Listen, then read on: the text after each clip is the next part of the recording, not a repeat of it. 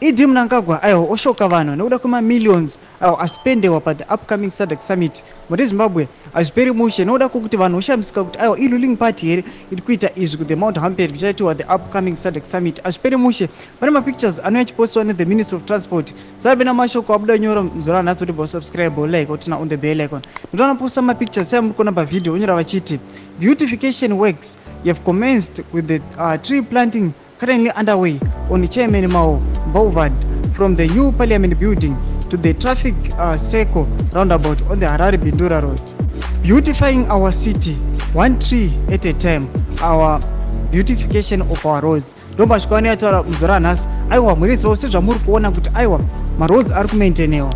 maroads ari kubeautifyiwa zvamuri kuona mitiyo yashoka vanhu vakati aiwa if the ruling party ZANU-PF iri kuita magreat week akadai so vanhu vabva vanyasikuona kuti aiwa ZANU-PF saka ine potential yekuita zvinhu zvakakura nokuda kwokuti aiwa kunyange mamwe maservices nemamwe masectors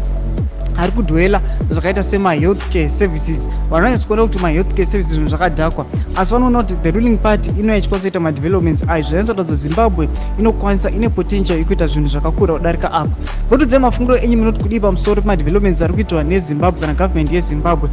towards the upcoming summit pena comment section medu mutidze mafungiro enyu sano subscribe kulike pachino turn on the bell icon.